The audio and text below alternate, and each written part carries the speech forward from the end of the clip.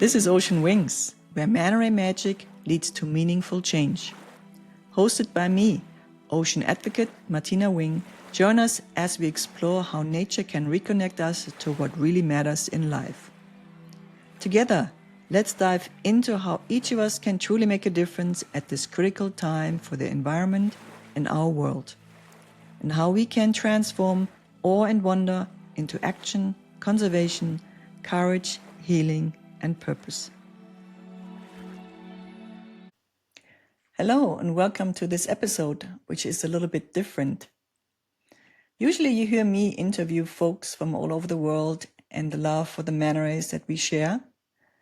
But today I want to share the stories of the manta rays themselves. There's still not much known about them, but in my almost 30 years with them in the ocean, swimming and diving, I gathered a lot of stories. I would like to share them with you. And for that reason, I asked Dawn Murray to interview me today. Dawn and we connected last summer. It was a phone call. She was inquiring about our tours, and we instantly connected. So today, Dawn, welcome, Dawn. I really appreciate you being here interviewing me. So welcome.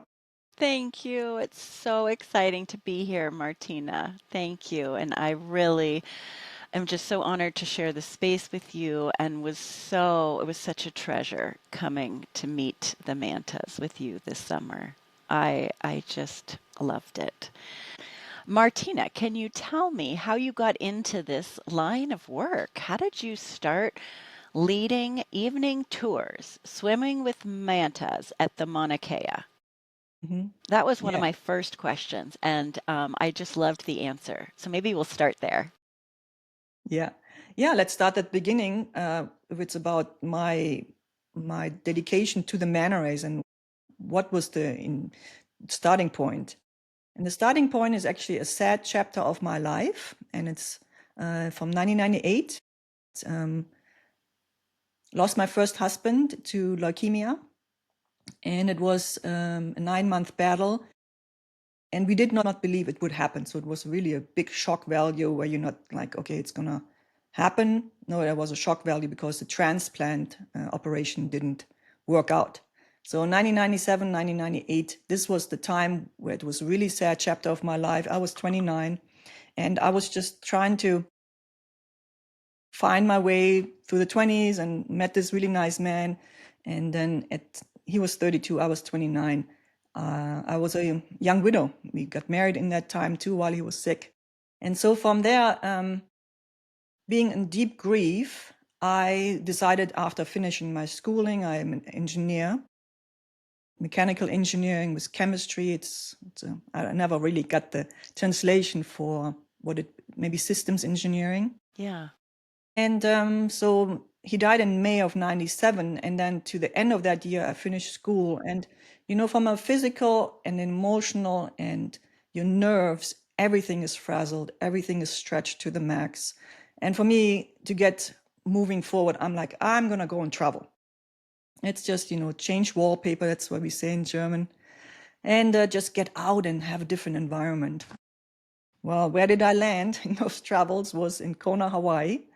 And I had a scuba diving certificate, open water base diving certificate. And that was old, 7 years old. And so I came here and I did some day diving. And then I ended up with people telling me on the boat, you have to do the manta ray experience. I'm like, okay, what is a manta ray? Not even knowing that's why we really understand other people too. But the animal is such a mysterious creature, right? And back 27 years ago, nobody really knew what a manta ray is. But I'm like, okay, let's go on a night dive with manta rays. And on my actual first night dive, I did not see them, but I tried again. And the second time I saw 6 manta rays. It was incredible, absolutely incredible. And at that point, I don't know for sure, but I think Big Bertha was there. That's one of our largest female manta rays.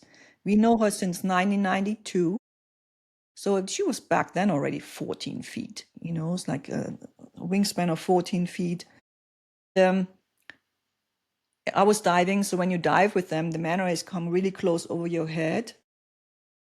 So really close encounter with a big fish, but it's a harmless creature. And I learned that all in the briefing. But from the emotional state of mind, also, it was just, I was really sad most of the time, trying to rearrange my life. It was all still such a fresh wound. Oh, And the manta rays, it really touched me. It really, something is like ocean angels. What's happening to me? This is super exciting. It's so much beauty. It's still a little bit of a danger because you're in scuba diving in the ocean at night. I mean, who does that? So adventure, right? Adventurous. So I found a little bit of like, okay, there is something for my life still to be pursued, right? I didn't know that on that actual night, but the more I got involved and learned more, the deeper this desire to be in that space as much as I can was just confirmed. Now, the reason that I'm actually in Hawaii, a US citizen, had to do with that I purchased a video on my first manta ray dive from a guy selling videos on that night. His name is James or Jim, and Jim was selling videos, diving with us, and it was his business. And custom videos of a lifetime experience. Take it home and relive your adventure. For all the folks that are a little younger in the audience, it's called a VHS tape. VHS tape, not a DVD, a VHS tape. You need a VCR to play it back. And then back then, we still had a TV system for the United States. I'm born in Germany, so that's where I come from. And there we had a different TV system. It's called PAL, P-A-L. It had to be converted, this video, into PAL and all stuff. Anyway, make this a little shorter. I fell in love with Jim. Jim fell in love with me. We both loved manta rays. And purchasing the video, doing the manta ray dive, purchasing the video,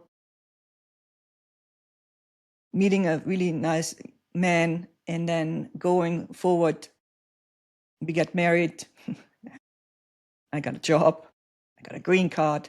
And today, it's 11 years now, I'm a US citizen. And we continue to push forward in this space. And we aligned our talents. That's why I landed in being in the water with manta rays that much. it's incredible. It's It's a good story. really an incredible story. Yeah. Really. Thank you. So that's just such a beautiful example of being changed by these incredible, majestic animals that are so beautiful and so peaceful, and making your life about protecting them.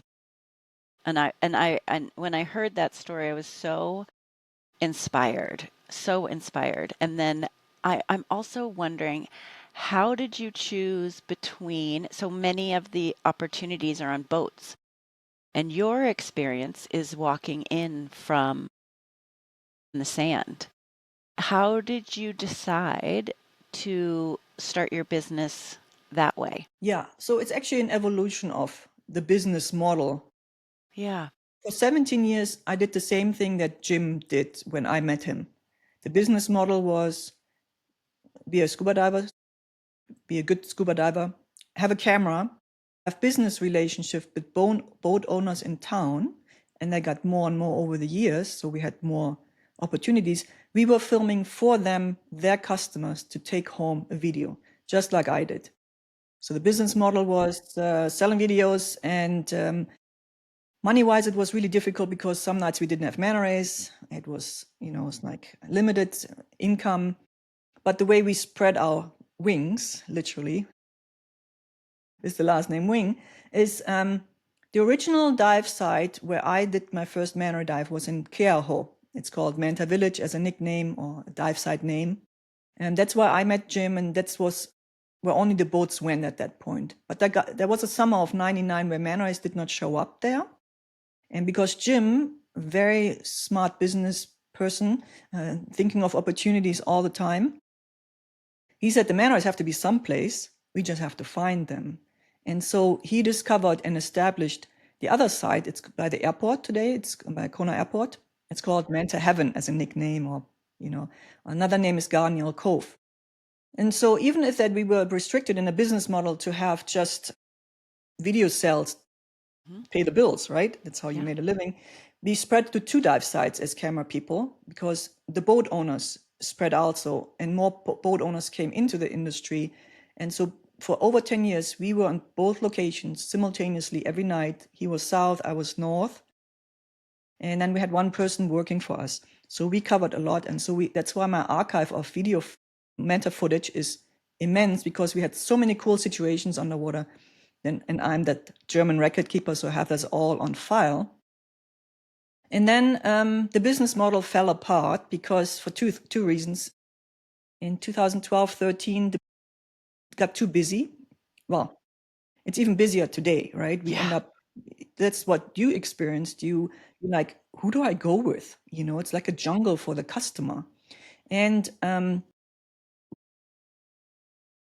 so that was an overwhelming of boats and customers, and we couldn't really service them. I mean, you could say it's good to have many customers, but if you have 45 minutes of a dive or 50 minutes and you need to film these customers or these customers and the manta rays and try to make a sellable product in your camera, it's called in-camera shooting, and there's a lot of things happening simultaneously.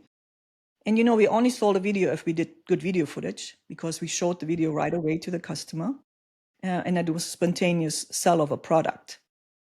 That business model just got brittle. It was just didn't work really anymore. But the second part of that is the GoPros started to emerge, and cell phones were more and more usable in the water. Yes. The customer filmed themselves. Not that they got any good footage compared to what we did, but that doesn't matter to the customer. I understand that desire to film marine life. It's a cool thing to do. I fell into this too, and I'm still very excited to film the marine life. Doesn't matter if it's mantas or anything else, and then show it to other people and educate, because we bring that world to the ones on land. Yes. And then when you asked how did we end up being at the location where we are, in 2015, Jim he retired from filming, 24 years of filming the manta rays and diving. It's a lot of diving, 5 nights a week, And he said, I still have it in me to change the business model. Maybe we can be an operator, but we will not do a boat, because everybody else had a boat. And then the Mauna Kea Beach Hotel had their 50-year anniversary, and through some connections, he opened the door. It was all him. He opened the door to have access to this particular manta population at this bay. It's Kaunaoa Bay. And over the years, we can say there's a steady sighting success, just as the other sites. And it's so special because we have beach access, so the connection of being really a smart, seeing opportunity to still do the work with the manta rays, but not as everybody else does with a boat to get to the locations, and having that door opened to this beach, and setting up this program, and very a good connection of things came together back in 2015. So good. And I am lucky enough that my dad was, let's see, he was drafted in the Korean War, and he got to choose between Greenland or Hawaii, and he chose Hawaii. So my parents moved to California right before I was born, but my older sister was born there. They lived there a very long time, loved it. And so when I was growing up, their kind of place to take us on vacation was the Mauna Kea. And so I was always curious about those mantas, and I saw them as I was growing up all those years, worried about them, wondered how they were doing, who was stewarding them. I remember being a young marine biologist talking to a general manager about how precious they were, and realizing that no one was really studying them as much as, I thought we should really study them. I ended up, to get a PhD, one of my advisors said, you got to study something smaller than your thumb. so that it's reliably there. You know that it's there. And so between living in California and not living near the mantas, I didn't end up getting to study them. But what what I just love about what you're doing is you've created kind of a community that you know all the mantas now that are at Kanaoa Bay off the Mauna Kea. Each time, each night, there might be a different flow of who's there. So tell us, like, and I know I have a whole bunch of other questions. Then I remember on the phone call, once I asked you about the mantas and hearing your incredible knowledge about each one, I was like, oh, I wish that was me because you know them all like family members.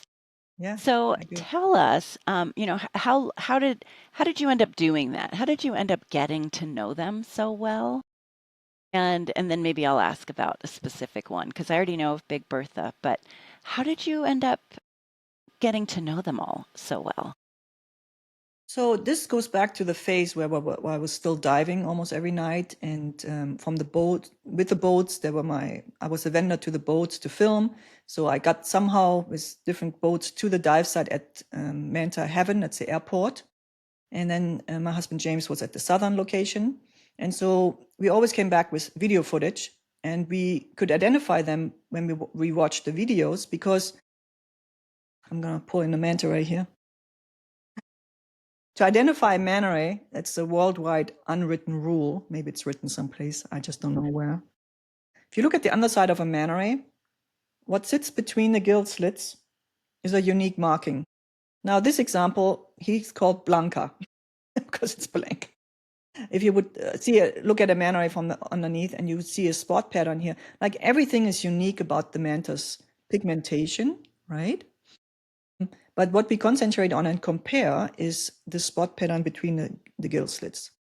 And so over the years, then diving with them every year, and when you film manta rays to make a living, to sell the video to a customer, you really wanted to get certain shots, footage, and in particular on the divers, when the manta ray is flying over your head.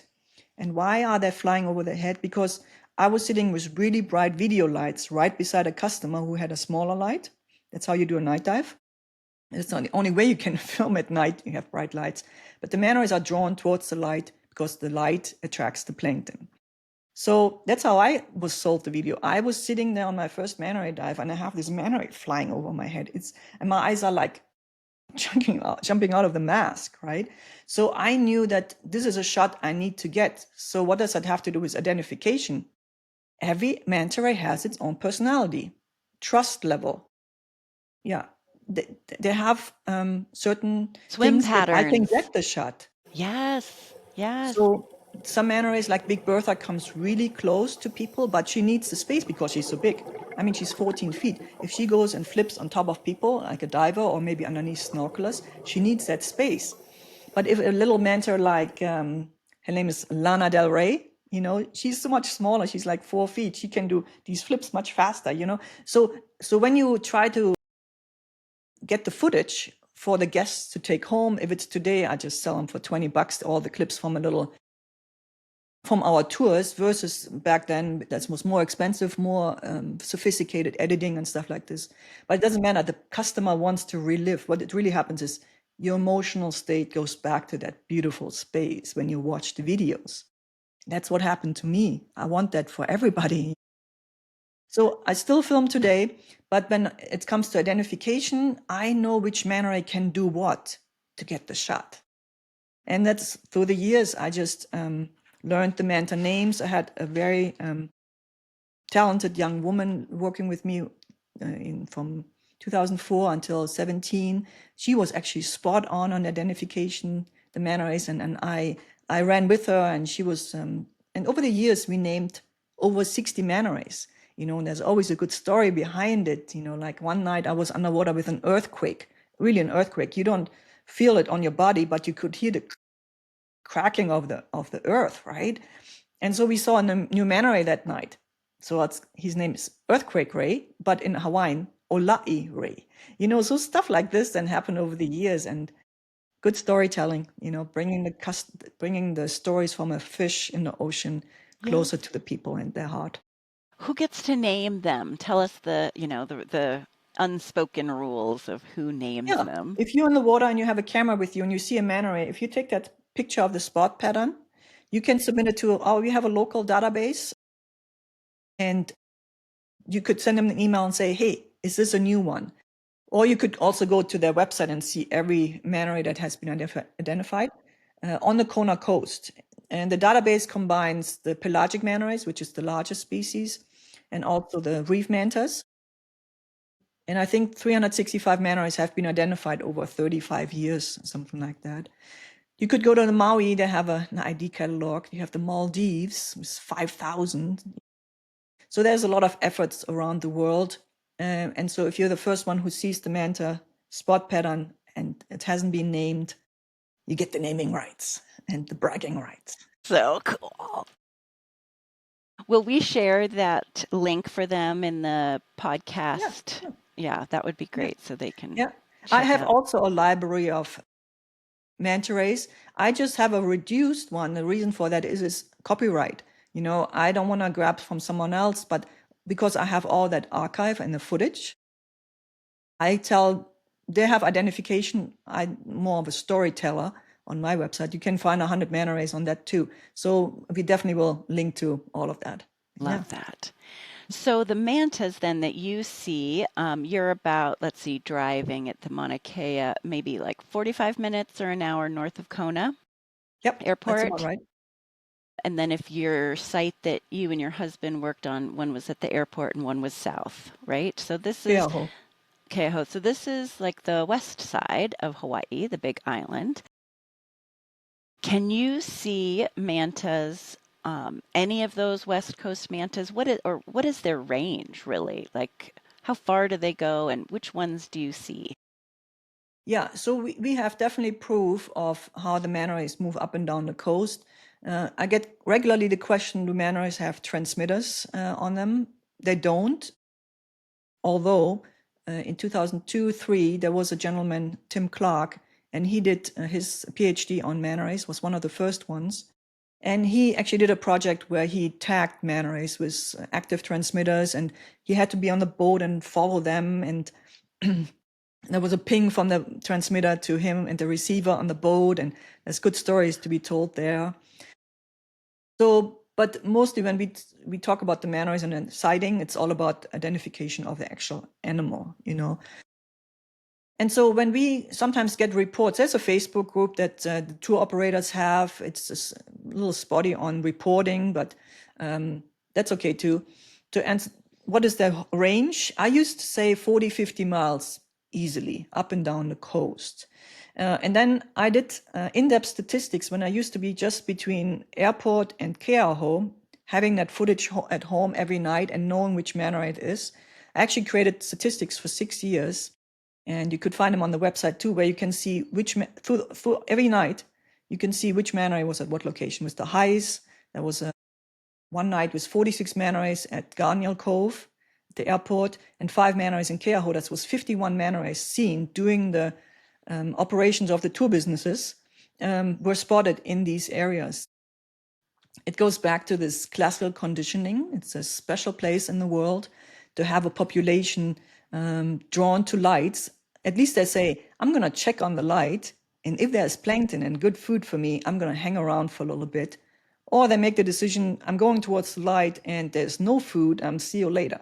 I'm going to continue swimming, right? Yes. But it is unique in the world at night to have the population of manta rays being so trained to know lights is a good thing to be. And that ties into that we are very protective of the animal. The standards in the industry are like no touching the manta rays, Yes. no free diving into their space, divers stay on the bottom, just so the animal has a nice dinner and we have the show, Yes, so. that's so nice. So Yeah. how many do you think then are going between Kanaoa Bay and the most southern site that, along the coast of Kona? How many? There is 150, did you say, or is that? No, that is the number of 365 is 365. when the database created in the 90s to today. There are many manta rays that have been seen once, twice. There is pelagic manta rays in there that you see them pretty much only once. Yeah, it's just it's a pelagic manta ray is the one that roam the big blue, versus the reef mantas that go up and down the coastline of Hawaii. Our reefs are really close to shore, so you have more access to them, right? Yeah. And so I, back then in those 6 years when I was at the other two locations, we said actually there are about 30 manta rays that come regularly to the locations, Keauhou and Airport. And the cutoff was like, came more than 50 times to the site. And then we said that was about 30 manta rays. And then we had tracked down if a manta ray within 24 hours, 48, up to, I believe, 96 hours, change from one location to the other location. That's a 20-mile swim. And we had often, we call them, there were statistics or analysis at the end of the year. We're like, who's the winner on the most swimming up and down the coast, you know? A lot of fun stuff to be told, or which was the most seen manta ray. 250 times. Think of how many nights you have in the year, and a manta ray is seen 250 times. You know, that's definitely a home range for a reef manta for the Kona coast. So Yeah. let's say 30 manta rays in those years between Airport and Keauhou. And then when you go from Airport towards Kaunaoa Bay, that's a 40-mile swim. Just this year, I can report, was it this year or last year? So Jolene Ray used to be always in Kaunaoa Bay for at least 3 years. And then one summer she's like, nah, I'm going to leave you for a little bit. But I come back. And then she left maybe 4 weeks and came back. But the last 2 years, she's pretty much seen at the airport regularly. And then she visited us, I think, 3 weeks ago for a week. She's like, I'm still around. See you later. And then she left again, back to the airport. This definitely takes place. There's another manta ray named Gitta Ray, another manta ray. Used to be regular in Kaunaoa Bay, then now at the airport regularly. And then one manta ray, one of my favorites, it's Kamala, and there's a special story behind her. I'm not going politics here. It's just a manta ray that I met when she was an absolute pup, just born, maybe 2 or 3 feet. That's hard to say. And today she's 6 feet, and she made the same move like Jolene. The first two and a half years, she was always in Kaunaoa Bay, almost 240 times in those 2 years. And then one summer she said, I'm going to explore a little bit. I'll be back. And so she went for 4 weeks. We're like, oh my God, she's gone. No, she came back. And there was one particular night, I remember the report was from the airport. They saw her. And 24 hours later, she was back in Kaunaoa Bay. You know, that's the stuff I just love that. Love that. I love that you know them all and you have seen like Kamala since she was just a baby. Yeah. And I've seen a lot of manta rays and pups over the years. That was the smallest I've ever seen, because you could still see the fetal folds. So just a quick, when a manta ray is born, it's a long gestation period of, some say 12 or 13 months. And it's hard word for me, ovoviparous. Yeah, perfect. Okay. Ovoviviparous.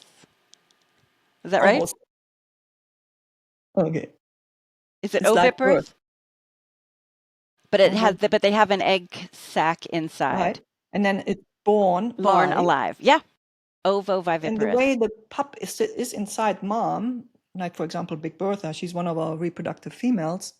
It's like a burrito. So you see how the pup is with the wings around its body like this. So let's say 12, 13 months to come to a certain size before it's born. Take 2 to 4 years between pregnancies, 10 to 15 years to be sexual mature. And then one pup at a time, because we believe there's not much more room inside mom for when the reef manta is born, it comes out, it pops out, it sings, but immediately unrolls the wings, you know, like a burrito, and then it starts swimming for the rest of their life. And Martina, have you seen that? Have you ever seen? Not the birth. Okay. Has anyone? So let me get just Yes. want to tell you real quick. So when the pup is born and unfolds, there are these fetal folds or birth wrinkles. I don't know, fetal folds. I believe it's the right name. They were so clear on this little Kamala ray. I was just, because I've seen so much over the years, I'm like, wow, never seen this. And then later I looked at the other men, I said, are a little bigger. They all have them, but they're all stretched out, right? When they grow, it's almost stretched out.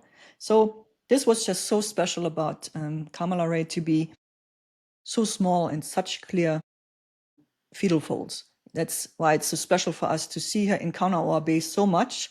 And growing up, she's now today 6 feet, and she's exploring the coastline, but makes her move back within 24 hours from the airport back to home base. I don't know. She probably leaves us at some point, but the last 2 weeks she was in Kanawa Bay.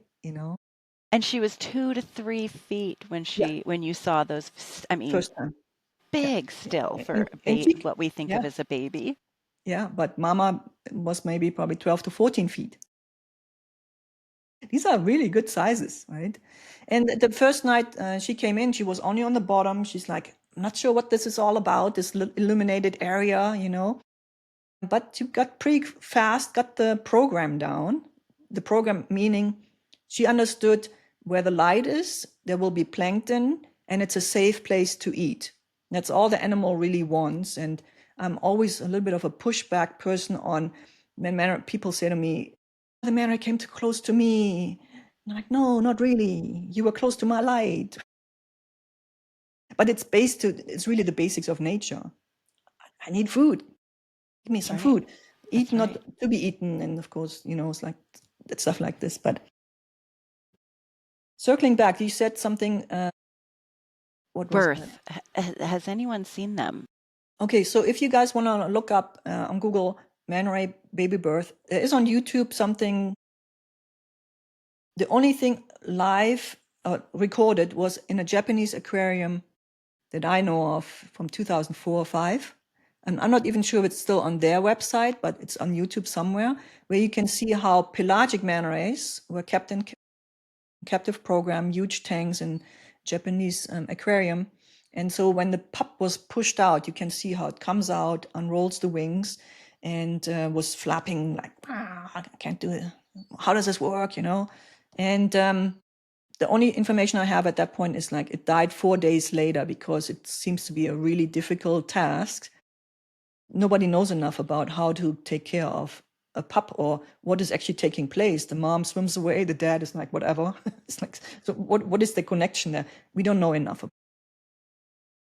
We really don't. Oh my gosh. So that's live birth, where you can record as a recording. And then the only other pictures that I use also in our presentations was by Roberto Fabri over 50 years ago. And he has a website, and it's about, he captured the birth in the wild. And the sad story here is, yes, we got the pictures where the pup comes out. You can see a sequence of pictures, but they were actually spearfishing to kill the mother. In that stress, she released the baby. And the photographer was there. That's the story. The photographer was there to take the pictures. So that's about it, what we know about the birth, and the visuals of a birth of a manta ray, so. I want to ask you about the dangers, but first I want to also ask you about the safety. And you mentioned Kamala and so many that I was able to get in the water with, share that space with. They come to this area where there's a light and it's bringing in the phytoplankton and the zooplankton, and they are just filtering the water right through their gills. But you teach the people that come with you certain protocols to keep them safe. And I just want everyone to hear and learn about what you have found over the years. And I know other operators use different protocols because you allow people to snorkel and we're not diving, which is another aspect of your operation that I really love. But first, what are the techniques that you tell visitors, people who want to have this man ray magic experience, to be mindful of when they're in the water with them? How do you keep them safe? Yeah, I absolutely put the onus, the responsibility here on the participant as in for prerequisites, and to be solid with prerequisites. That absolutely will keep the animal safe because you are skilled to do this. So my particular case, I developed these prerequisites. It's not like I developed them. I have them and I'm strict about them because, like you just mentioned, there are many companies in this town that offer the same, let's say it's a product, it's a tour business. I'm trying to sell my tour to other people. And the business is look at man rays while they're in a natural environment. And you can either go on a boat and dive with them, or you can snorkel with them. And that has developed over the years too. It was used to be only diving. Eventually, some snorkelers, maybe the diver had their partner with them. Then there were maybe 5 snorkelers on top and 20 divers underwater. The numbers are times 10. It's Yes. like so. You have now maybe not 200 divers, but 200 snorkelers. And 50 divers. So numbers all have increased quite dramatically. Yes, dramatically, yeah. And because this activity is about coming together, that's the best case scenario. That's what I call it. Best case scenarios, everybody has lights together. Divers bring lights. Dive companies bring steady lights for a place in the middle. It's called the campfire method. There's a sandy area by the airport. Put the box in the middle. Lights shining up towards the surface. It's like 30 feet deep. You have divers sitting around with that. Every individual has a light. That's as a diver, you have to take a light. It's a night dive. It's not all illuminated. It's dark coming from the boat to the campfire. So then you have these lights. It's a surreal setup. It's really beautiful. The bubbles are rising up and, it's really special. And then you have the snorkelers on top, and most sites, the Keahu site and the airport location, are organized by the snorkelers with surfboards. You have a surfboard and then people install a light inside the surfboard. And so the participants hold on to the surfboard, and one guide, it's probably a ratio of 1 to 10. It's too high for me, but that's what the most boats do. And then people control the surfboard and bring it to the right place in a normal situation where everybody would be together with divers and snorkels in one place, meaning all the lights are together and the man rays are drawn to that area and feed on the plankton. So to keep that safe, the situation safe, for scuba diving, you have to be certified, and you cannot just, if you're not certified, you can't go. There's a high barrier. Nobody will allow you who takes boats out. For snorkelers, and I snorkel at my location too, my prerequisites are you need to know how to swim in water too deep to stand. We could hashtag this with common sense. Unfortunately, the common sense is not so common anymore, right? So that's when I say I'm strict about them, is I get the phone calls and I say, well, I don't know how to swim. Can I come? No. So when I say the responsibility is on the participant, you can learn how to swim and put the responsibility of your life not on the guides or the operator and the liabilities. And I had a guest. But the other reason with that they can't swim is you're trying to protect the mantas. Absolutely. So someone who might not be able to swim might get nervous in the water or kick more and, accidentally hurt one of these beautiful animals. So I'll just add that I feel like your setup is, what you expect is reasonable. Thank you. Thank you for that. Yeah. I actually make a really clear distinction between swimming skills and snorkeling skills. They're two different skills. It's like English and French language. These are two different skills, right? So the basis, you need to know how to swim. And we say in water too deep to stand, if you get certified, it's the same. They require the same. And it's the exact wording from them. It's not like you can swim in a pool and be around the stairs. It's like, no. That's one. And the second one is we say you need to know how to snorkel. We distinguish between 1 to 5 times, 5 to 10 times, and over 10 times. Our favorite is more than 5. When you less than 5 times snorkeled, and the distinction here is to in the ocean. Of course, I had guests that said, oh, I snorkel in the lake. That's very different. And then I had the guest that said, I snorkel in the pool. And then the top of the, the cream on top of that was, I've snorkeled once. And I said, ocean, no. Lake, no. Pool, no. I'm like, where did you snorkel? In the bathtub. Okay. That prompted me to change my liability releases and my questionnaire, because hashtag common sense, we need to infuse people that don't have that common sense yet. No, you can't come. There is a barrier. Unfortunately, other groups in town allow that. Just recently, we had another incident. I just hear that through the grapevines from other operators. Someone did not well at the site and needed to be emergency brought back to shore. I don't know what happened, but I'm just telling you, it's not a matter of if something happens. It's all about when something happens, and that's why I'm very critical of our industry not being regulated. We have to have more than just voluntary guidelines between groups, between businesses. We all try to make a living here.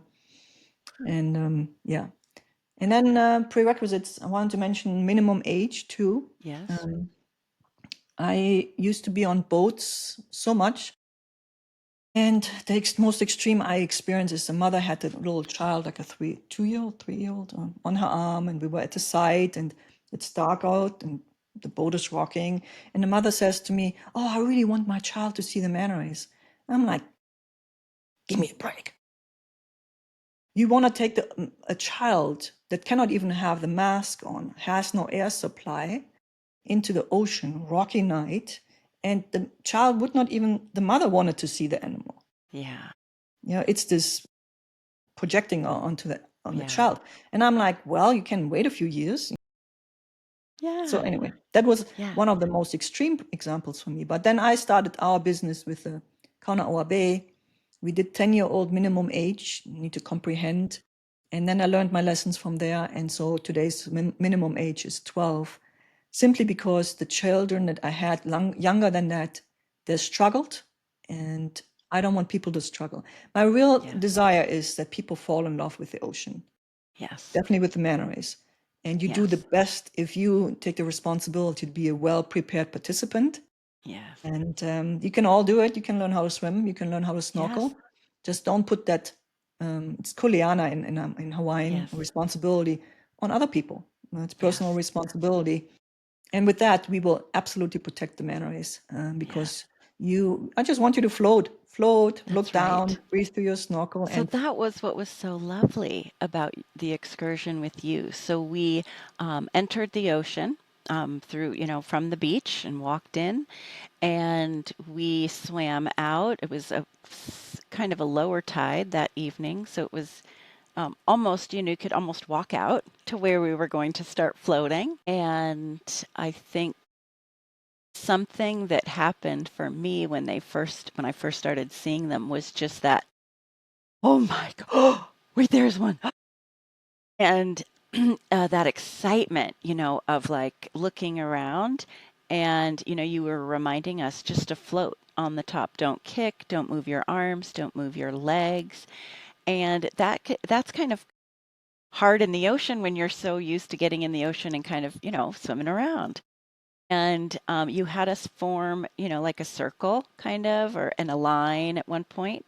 So we were right next to each other. So we didn't have to kind of try so hard to stay in one place. We were like a heavier mass, and we just stayed there, and we were able to watch this experience of them coming in. So I guess I want to talk about that next of, so, we're in the water and we've got our masks on and our life jackets, and I think we each had a light. A safety light on the Safety back. And then light. the guide has the bright light to Yes, guide you you with. had the bright light and you had the GoPro. I just wanted to experience it myself, so I didn't even want to have to worry about recording. And we're floating and they start coming in. And it felt like, you're looking right, looking left, looking down from the right, down below. They were just everywhere. And I think there was about 5 that we ended up seeing in our whole experience in the water with these just beautiful, amazing flying mantas flying underwater. And when we got out and we were talking about the different behaviors that we saw, or the kind of the flying patterns, you told us about your history with some of them, the barrel rolling and the coming in, and kind of the swooping. So, can you tell us, about a manta in particular, and maybe one that really loves the barrel roll, and tell the viewers what that really means? All right. Yeah. So bringing my manta back in play here. Yes. Most people don't realize that this is a creature of perpetual motion. Manta Yes. rays never stop swimming. I always like to draw life lessons from the manta rays, as in keep going forward.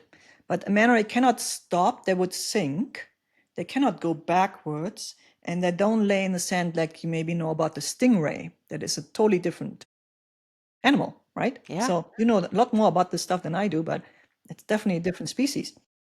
And so I brief people before we go in. There's extensive briefing, but I want to make sure that people understand that this animal is not that we look at something right in front of us. It's an always moving creature, and they have to keep moving because they need the water over their gills.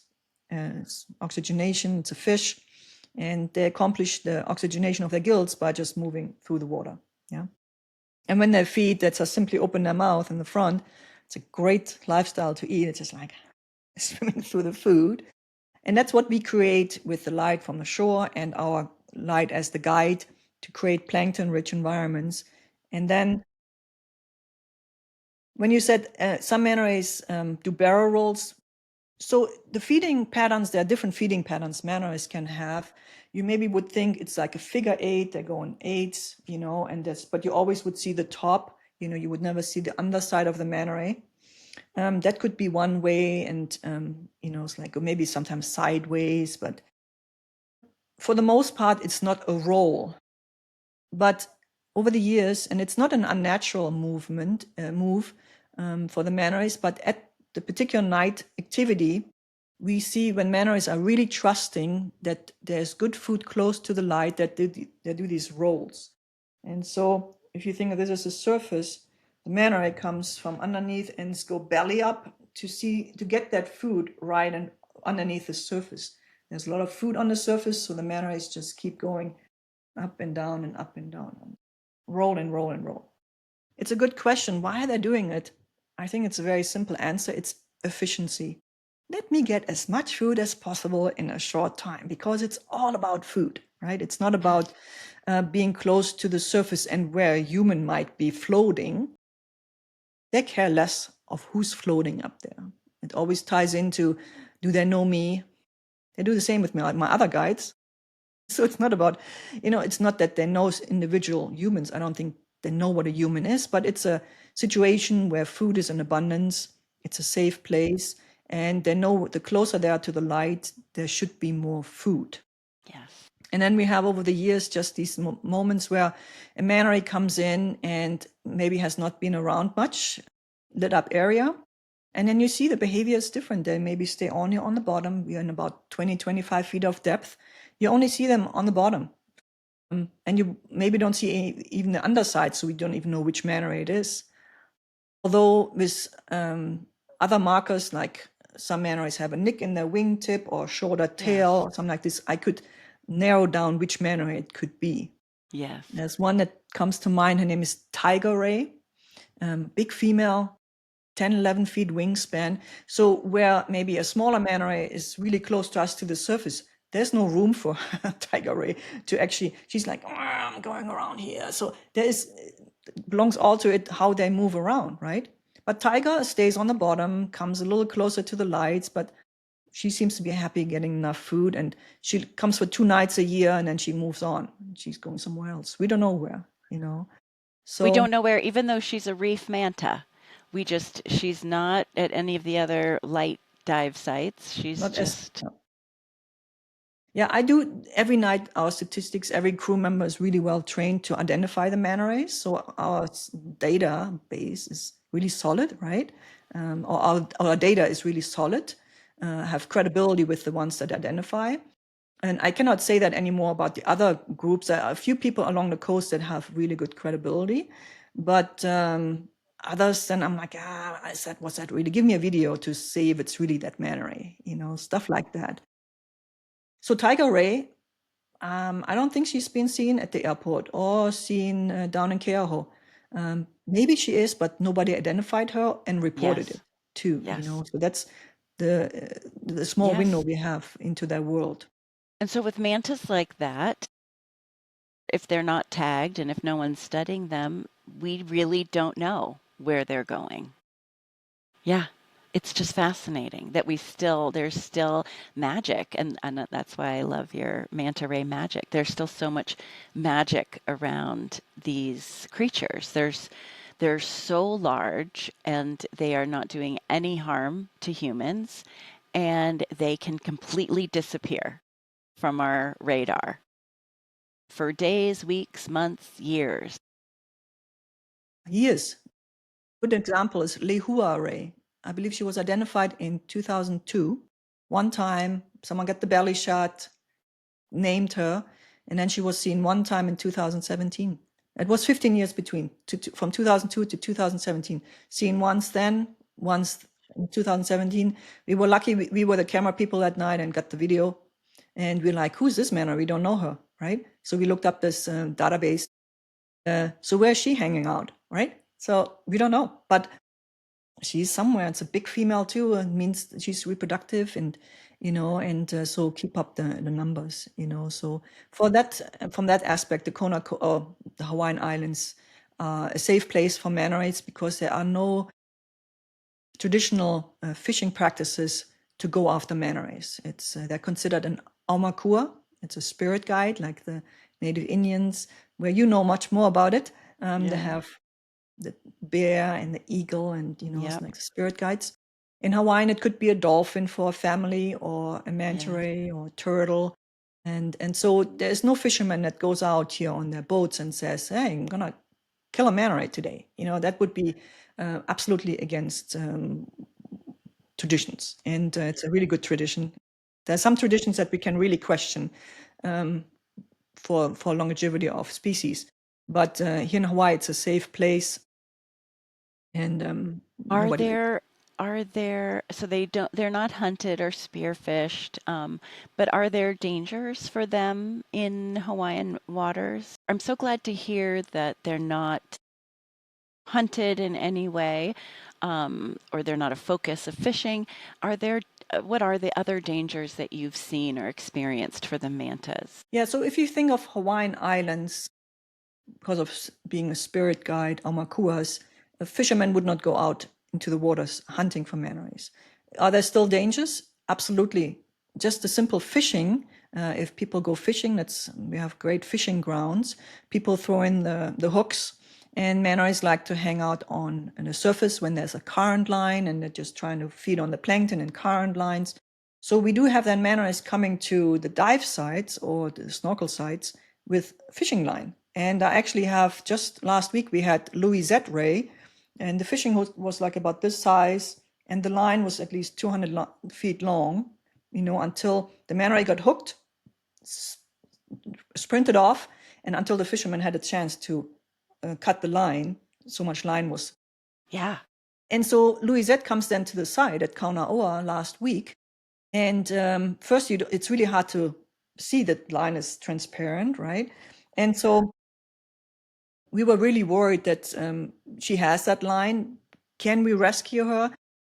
Really difficult, because if you don't have gloves on and you would try to get the hook, as soon as you're too close to them and they would feel like we are in danger, they'd just take off. See you later. I've tried that, so it's not for. And so I knew she was there on Wednesday night, and on Thursday night she came back and she rescued herself, actually. So what happened is I come back from the tour, and there's fishing line at the beach shack, and my crew actually picked up the fishing hook with the line from the reef, right where the mantas feed. So I believe what happened is she got hooked and tangled with her own line on that fishing line on some piece of reef, and it was so tied up, then the manta ray swam away. She's like, ah. So instead of me holding it, the reef was holding the manta back. But the hook came out, it was on top of her head. So then sank onto the reef. And my crew came in a few minutes later. We don't know, within those hours, something like this. And we picked it up. And for the recording, we will have also a picture of what we picked up. I just don't have it here right now. But this is definitely a danger. Fishing for manta is a big deal, right? Yeah. So that is a problem fishing here on the Hawaiian Islands. It's more the sport fishing, or Yes. from shore fishing. I don't know much about fishing. It's just I'm trying to keep the animal alive, it's not Yes. my thing. But Globally, globally there's a lot of issues with mantas. So it's yeah, it's really, bycatch, yep. huge, many animals are being caught up in bycatch. These are monster nets underwater Yes. in these fishing, I don't even trawlers. I mean, there's so much happening on the big ocean, Yes. you could dive into that. I don't know much about it. It just makes me really sad, right? So bycatch is a big problem. Years ago, there was a really good movie. It's called Racing Extinction. I believe it was in 2015. They was shining a light on the black markets, for example, in Asia, where people just say, "Hey, we want exotic animals," and then there's a black market, and animals will be slaughtered for that. Not just the manta rays, also the rhino, and Yes. the list is long. I will never understand it. I don't have any desire to slaughter something just trophy or food. It's not me at all. I wish there would be lots of people on my team on that one. I just don't. But I even think if there it's only a are. I few think there people, are. Yeah. I think if it's a few people, they damage the Yes. situation so badly. Yes. And in this movie, Racing Extinction, there was a really good part about manta rays, where they were talking about how manta rays are being slaughtered. And it had to do with the pressures of fishermen that were catching sharks on certain Indonesian shorelines, coastlines. Was one fishing village, as an example. The fishermen were saying, I want to bring to the market shark fins for the soup. And because then they fished out all the sharks, then they were going for the manta rays. This is absolutely a big deal because it's a slow reproductive animal. You take out populations of manta rays. If you kill a big bertha here on the coastline, it's a really big deal. So it's very Yeah. detrimental. And Yes. so these are and they are red listed, both Yes. species, the Manta birostris, which is the pelagic manta ray, or Mobula birostris, and also the reef manta Mobula alfredi. They are on the red list of the ICE. Yeah. And they're both on the U.S. Endangered Species Act, a threatened species. Mm-hmm. Yeah. We just had an issue off the coast of Florida where a aquarium supplier captured a huge manta, and there was fishermen recording it and saying, you should be ashamed of yourselves. You have to put that back. And they didn't. So I think what I've heard is that it's led to bipartisan efforts to change state laws off of Florida to stop the aquarium collection of mantas. Because, like you said, females might only give birth to one. Maybe did we know how often? And I think 2 to 4 years. I mean, In between the pregnancies, one pup at a time, and it takes 10 to 15 years to be sexual mature, yeah, right? Yeah. There's a really yeah, cool video on our YouTube channel where I did the pregnancy of Big Bertha's pregnancy, from being chased by the boys to all the way where she was not pregnant anymore. Because we had the opportunity to film all these every month of her pregnancy. And we dove pretty deep into this whole, how long it takes between pregnancies, is it one pup that only fits into her belly and stuff like this. So it was really a cool project to visualize, the pregnancy of a fish in the ocean. yes. And that's very special. This coastline is so special on so many levels. And I love that. So what you just said reminded me, I just gave a lecture today on different ways of knowing. And I talked about traditional ecological knowledge and fisher people ecological knowledge. For you, what I'm constantly struck by is your, I don't know if we'd call it local ecological knowledge or manta ecological knowledge. We could call it any of those, but because you are with them, maybe how many nights a year do you think, or a week? So it's usually 4 to 5 nights a week, and that's 27 years. And then on scuba, on snorkeling, guiding, filming. So I've had pretty much every position that is needed in operations of these tours. The only thing I didn't do is captaining a boat. So Martina, 27 years, 5 days, 5 nights a week you have spent with these creatures. You have a breadth of knowledge about them just in your pregnancy story that most people, 99.9% of the 99% of the population doesn't have. For a marine biologist, that is phenomenal because this is, we're speaking of a creature that I just absolutely love. So your stories, your video, your knowledge of how often they come and when they're there, who, are there other pieces of their life cycle, life history that you can share with us? Like, I'm curious of so many things. Do you notice certain ones feeding together? Do you think that some of them avoid others? Which other ones have you seen pregnant? Are there certain males that you've seen that, that gravitate towards females? Like, what are some other things that you've noticed in your I can't even calculate how many hours that would be, but I'll try to. Hours that you spent looking and watching them underwater. I don't know of many people in the world that have that much of time with these amazing mantas. Yeah, it's definitely a lot of hours. So, um, but I'm really a record keeper. So in my brain Yes. or on paper, I really like to keep records of things that are Yeah. so unique. And that was one of the drivers early in my Manta career, I guess. I Mhm. knew I had these talents and I want to just drill them to move forward in that particular lane as much as I could to be ahead of the game. It's like so people enjoy my videos or my Yes. storytelling or whatever, and it draws. And if you today we're in a really oversaturated industry, and just like you started out, saying I didn't know who to go with. If you do your research, you find us as a tour business, but my main aspect on my website is always about the manta rays first. The tour business is there too, and that's okay. I do have to make a living, but the approach has to be for me always sustainable. It's like and small group approach. It's really Very important small for us. group Yes, compared to all the other tours that I inquired with. yeah, yeah. What is Well, your limit? 8 people? six, sometimes be Six. seven, but it's Yeah. a good ratio to take care of someone who's very nervous. If Yes. you have 10 people on a surfboard, and with the boats, when you jump into from the boats, you're immediately in 20 to 30 feet of depth. That's just such a big hurdle for people to overcome. And at And it's not just, night, you can't it's at night. underestimate Everything is what the heightened. ocean looks so dark at night. Yeah. And then you maybe see a manta ray swimming around. You're like, oh, that's a big fish. So I always summarize when I greet my guests. It's more of a jokingly, but I'm also like, I hear you. You're going into the ocean at night with big fish. And then the message to my guests is, I will take care of you.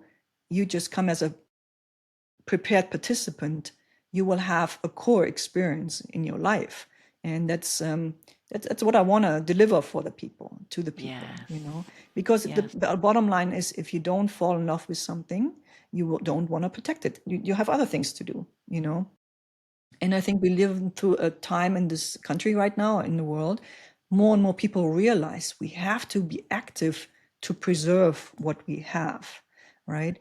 And I think the manner is that's why this tagline speaks to me. I mean, I came up with it, but it really speaks to what can you do when you see the manner is, and then the meaningful change that comes out of it. Be an activist, whatever makes your heart sing, right? And in my case, it Yeah. was just manners. They make my heart sing.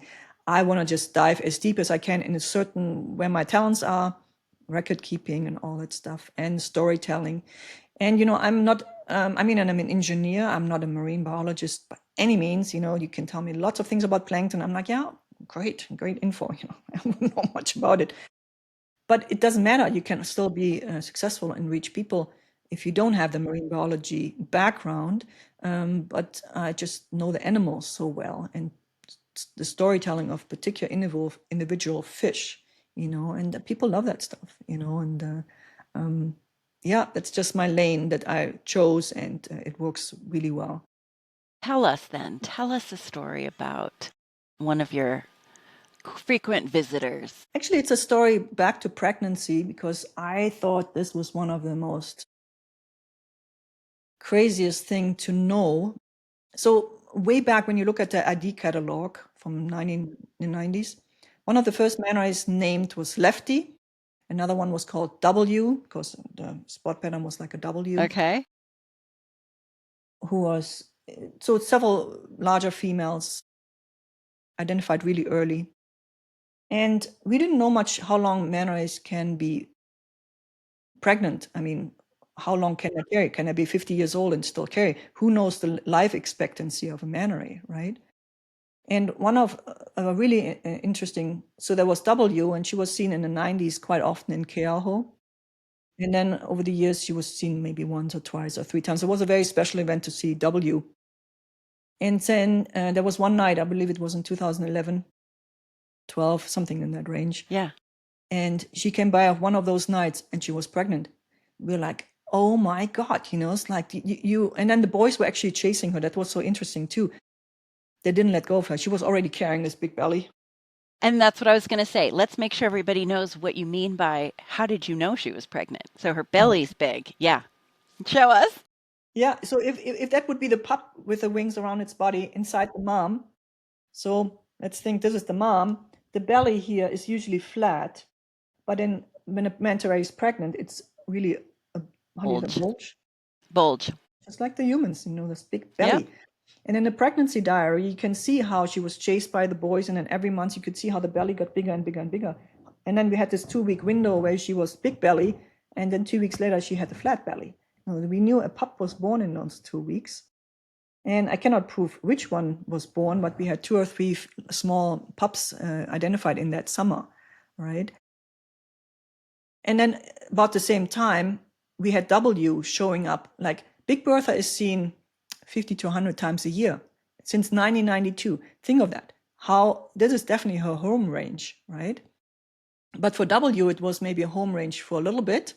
Then she relocated, maybe a different home base, maybe South Point on the island, the Hilo side on the island, who knows? But then she showed up on that particular night and was so pregnant. I could say she was at least 12 months pregnant, maybe 11 months. And she was still chased by the boys. They were just pheromones excreting, It's like, they're like, oh, it was one of the most exciting nights. And to have that knowledge, a manta ray that's known for so long, still pregnant, and how the boys reacted to her too. My gosh. And, when she was swimming and they were swimming by the lights, were they still feeding as she was, as she was being chased? Was she still feeding, or was she more like having avoidance behavior? Multitasking. She was trying to feed, the boys were interfering. There's actually a scene of Vicky Ray. I have video of Vicky Ray being chased by the boys. Vicky Ray, she's interesting too. She was identified in 2002-3 at 6 feet, grown up to about 14 feet, and started to be pregnant. And when she was chased by the boys are really, it's in a manta train. You maybe know of humpback whales. There are these heat runs. Yes. So one female in the front and all the males behind. And then it's been taught that the female will let the strongest male impregnate her for the humpback whales. And then this theory was brought over to the manta rays. And so then you have a manta train. So you have the female in the front, Big Bertha, or other manta rays, other big females, Andrea Ray and Rebecca Ray, anyway. And then there's 2 or 3 or 4 or 5, and the most I've seen was 30 manta rays males. No way. Yeah, but there were a lot of boys too. They're like, let's practice how this goes. It's like hilarious. I mean, I'm underwater, I'm filming this. I'm just like, what's going on here? It's like so cool, so exciting. and limited air supply, you better know how fast you breathe, right? You Not can't do go what up I and was when I was snorkeling. Oh my gosh, oh my yeah, gosh. exactly. Yeah, and so during that pregnancy diary I referenced earlier, what happened is Big Bertha was chased. The first time we saw her, she was chased by 3 boys, and the manta rays were Miles, Vinnie Ray, and a third one. And then we were so excited to see her being chased. We're like, okay, we have that footage on file. And then we saw her 3 weeks later, or 2 weeks later, from that was close to the airport location, and we saw her 10 days, 14 days later, down south in Keaho, 20 miles south. And only Miles was on her tail. So Miles was like, okay, I'm still going, right? And we're like, okay, so is this theory from the humpback whales is like only the strongest male will be the Right. daddy? Well, 2 weeks later, we saw Big Bertha again in Keaho, and she was chased by Lightning by himself. Lightning is another male. Okay. So who's the daddy now? Right. We don't know that. We don't know that stuff, But for me, it was really fun to burst that myth. It's like, wow. Another myth is like people say to me, do they manta rays turn half their brain off because they keep swimming their whole life? Dolphin do that. Yes. Spinner dolphins here, but they're mammals, so Yep. it's a different story, right? Yeah. So it's just I love that myth busting. Just because I have this exposure to the animal, Well, can how do make they my case. sleep? How do they sleep? No sleep, not that we think of. They have to keep going. They maybe have quieter times when you maybe Yes. go to a reef with cleaner fish, like a cleaning Yes. station. The manta ray Yes. just hovers over a certain coral head, and then the Yes. cleaner fish come in. It's like a spa treatment. Yes. But in general, they have to keep moving, Yeah. and so the brain cannot shut off. Like they always have to look for the predator too, right? So, Right. And when they get to about the size of, let's say, Big Bertha at 14 feet, it's the only would like a tiger shark still eat a 14-foot manta probably, or yeah. So to clarify, predator for manta rays, we think of bull sharks. We don't have in Hawaii because we don't have them in Hawaii. Rarely, once a year sighting offshore of orcas. But we do teach on the tiger sharks, maybe a Galapagos, the bigger sharks preying on manta rays. Well, a manta rays, if any animal is weak and injured, should be taken out just like nature works, then the sharks are the cleanup crew. That's their job. Now, a Big Bertha or any manta ray, what they have the advantage over the shark, they're not just going forward. And if a 10-foot manta ray uses their wings, I mean, there's a lot of propulsion. But not only fast forward, it's the acrobacy, maneuverability of yes. outmaneuvering the shark. They're acrobats. Yes, absolutely. Oh my gosh. One flip of one side and they're like already spinning, and a little flick of another tip of a wing and they can just You move. can really use the word turn on a dime, right? They could turn on Yes, a dime that's right. just with the wings moving. Yeah, It's which incredible. is That's what incredible. is, I think, really catches people by surprise when you put your face in the water. You see this creature moving so beautifully, so gracefully in front of you. Yes, and when we were floating, when we went with you, there was, to my left, there was the reef along Mhm. the, Yes. the lava kind of side of the reef, and they could come up, go belly to belly with me doing a barrel roll. Did that 3 or 4 times, which was just awe-inspiring. Didn't even look like they flipped their wings to do it. It was just it was kind of a little momentum and it just moving. And then turned and kind of went right by the lava and one little flick of the left fin and it was kind of moving up and then a little bit, righting itself and going back out to come back in for another swoop. It was just so graceful, so easy.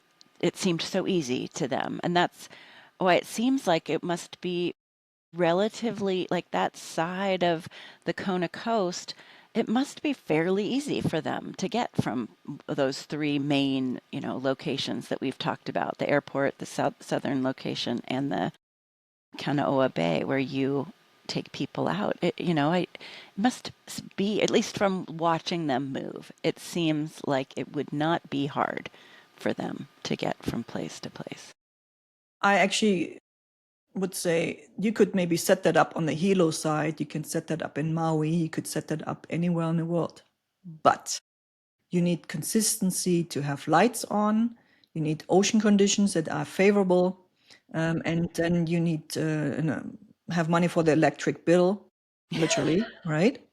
And that is what is special. We have the longevity of having lights shining on the ocean. That's all started in Keaho, where the hotel in the 70s was built called the Kona Surf Hotel. And they were setting up high on the cliff. It's still the same hotel. It's just changed owners from the Kona Surf. Then it closed for 4 years. We opened at the Sheraton. Today it's an outrigger, but the location is the same, where it's pretty high up on the cliff, bright lights onto the ocean. There used to be a bar and a pool up there, and people were just like, oh, look over there, the manta rays. Oh, they're like, what are these big flappies? They just saw the manta rays coming in, and out of that, it developed. So if you want to set that up somewhere else in the world, I'm sure you can, but longevity of training, the Pavlov effect, classical conditioning for the fish population. I mean, think of it. Be Pavlov affected. Not sure it's the right English, but fishies in the ocean, right? Yeah. Yeah. Second is the ocean conditions to be in favor. The Kona coast is just a very pro ocean recreation landscape. Just where the winds, how the winds blow here. There's a reason why we have the busiest harbor here, as called Honokohau Harbor, on this island in the whole state, because it's just favorable to it's for boating. And then if you go to that particular harbor, one side is fishing boats and the other side is ocean recreation, diving, snorkeling, and all other businesses. And the last thing is, you need an electric bill, or finance that electric bill, because I guess goes back to longevity. Maui has over 500 manta rays in their catalog, as far as I know. I think it's a triangle of Maui, Oahu, and another island. They did a lot of studying there too, but they don't have a consistent presence with lights there. And I think they actually intentionally didn't do it, not to replicate this. But I hear sometimes people say in the Maldives there's dive sites where people set this up, but it's still hidden, or you really need to know where to go with that stuff, So we've talked about these lights and conditioning them to the lights, and the plankton comes to the lights. What about all the ones that are out there, we hope that are out there, that don't come to the lights? What are they eating, and where do they go to get enough food? And do we know enough about them to know what they're doing? I believe we don't know enough about that.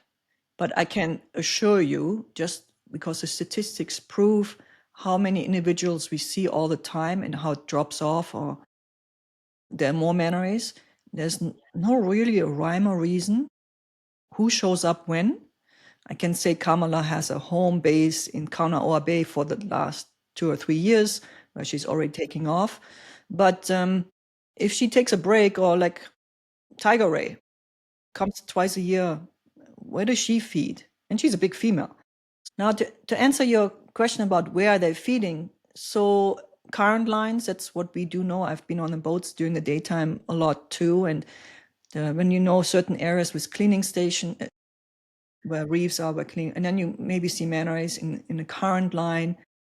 I've been on scuba on many daytime dives where there's a bunch of plankton. It's hard to see, but we could see manta rays going and flipping in the current line at 70 feet depth or something like this. It was, I believe I was in 40, 50 feet, and we're like, oh, there's a manta ray, and it was just going crazy like this with the barrel rolling. So it found during the daytime a place where there was good food. Let's go for it. So they will be just fine without us, and they find their places to feed. Yeah, definitely. Yeah. And I'm thinking of, I know we've talked about, there's the pelagic population, and then there's the reef population. And obviously phytoplankton is a plant plankton that's floating in the water, and it uses energy from the sun, just like plants on land, and photosynthesizes. They can make their own food, and then they're small enough that they're eaten by smaller zooplankton, all the krill and the copepods and all sorts of different species. And that is kind of what the mantas are eating. So during the day, on the surface, there's going to be lots of plankton for them to eat. Some of those species do kind of sink down a little bit in different times of the day or different seasons, and they could be found by mantas easily. I'm wondering, I'm always curious about like the moon and how much the moon has affected affects their feeding strategies. Have you noticed anything on your dives with respect to the moon and how many mantas you might see? Yeah, I have, I think, a pretty good answer to that. I just want to mention, we talked about 2 species so far, and in Yeah. July, the 3rd species was described by folks from the Megafauna Foundation, and I'm going to try to get folks on an episode to discuss that process. It's incredible. This particular 3rd species of manta ray has, what do you call it? Something from the reef and something from the pelagic manta rays, Yes. but So they it's a describe. hybrid. Thank you. It's a Yeah, hybrid. Yep. And Yep. but they say it's called the Atlantic manta ray, and the home range would be from Florida all the way down to South America. So it definitely makes the point that it's still a mysterious creature. That in July 2025, of a 10-year process, Andrea Marshall, the manta queen, started it 10 years ago, and then it was finalized this year to be described as a 3rd species. I mean, what a beautiful thing to know that there's so much to learn about them. So in regards to moon phases and our ability to see manta rays, it's actually a regular question I get from our customers, and just like you, explore that too. There are 2 things I can say about the moon cycle.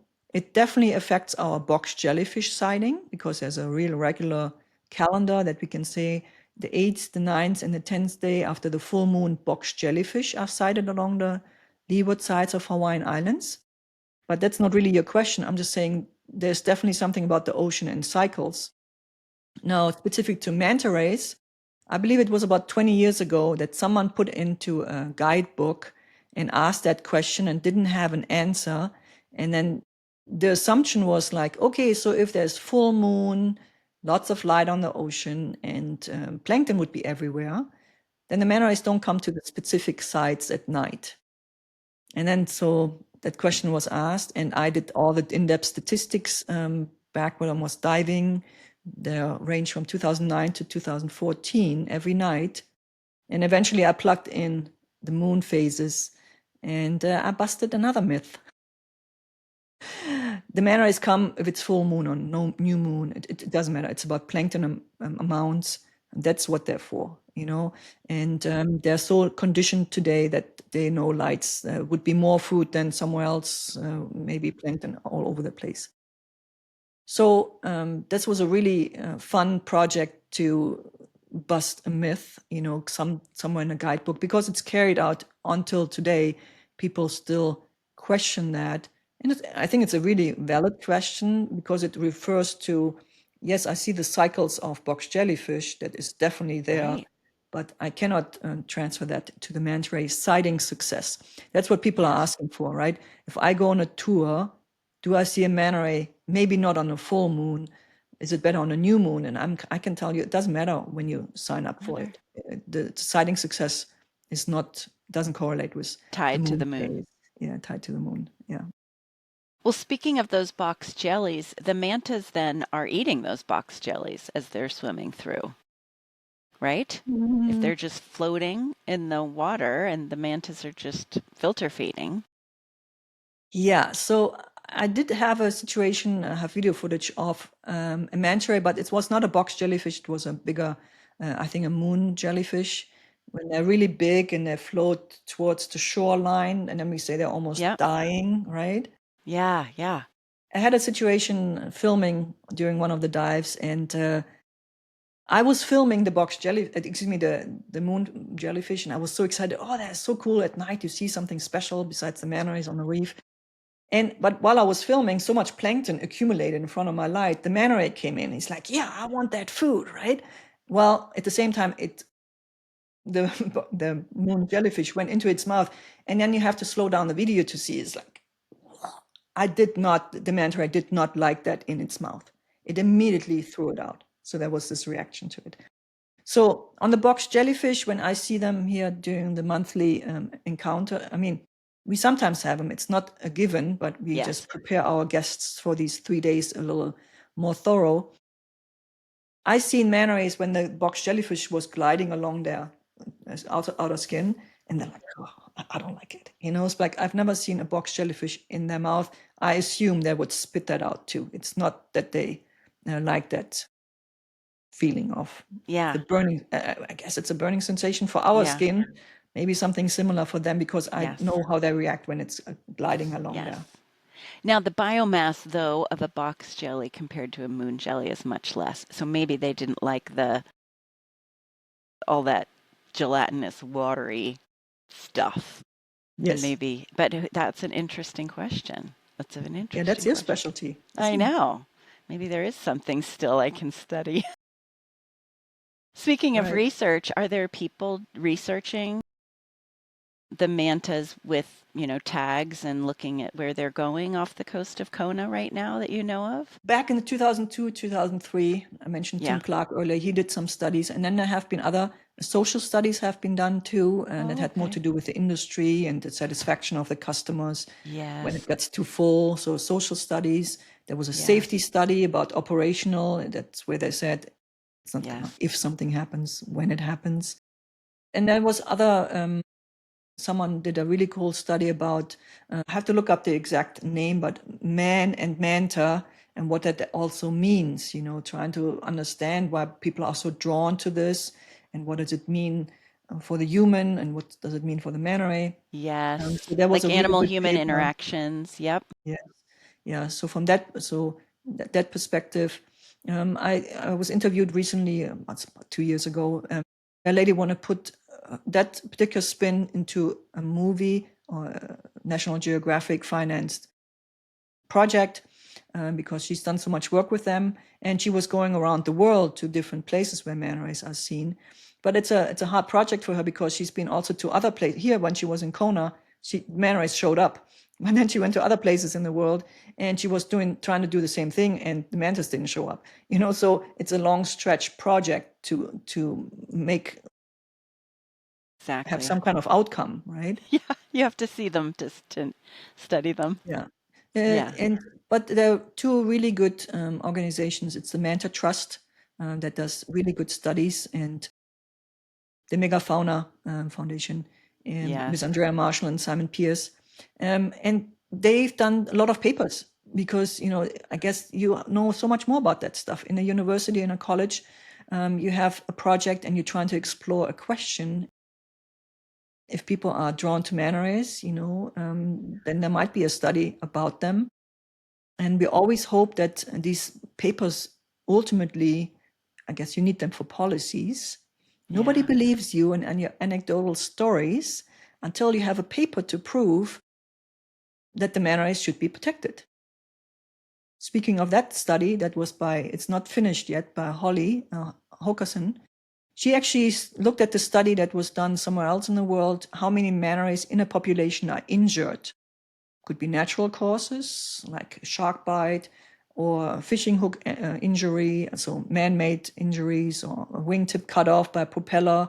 Yeah. And she applied that to the Kona coast, and she came up with preliminary numbers. And she said what she can see, there were 92% of the manta rays that were identified over the years on this coastline had some kind of man-made or natural injury.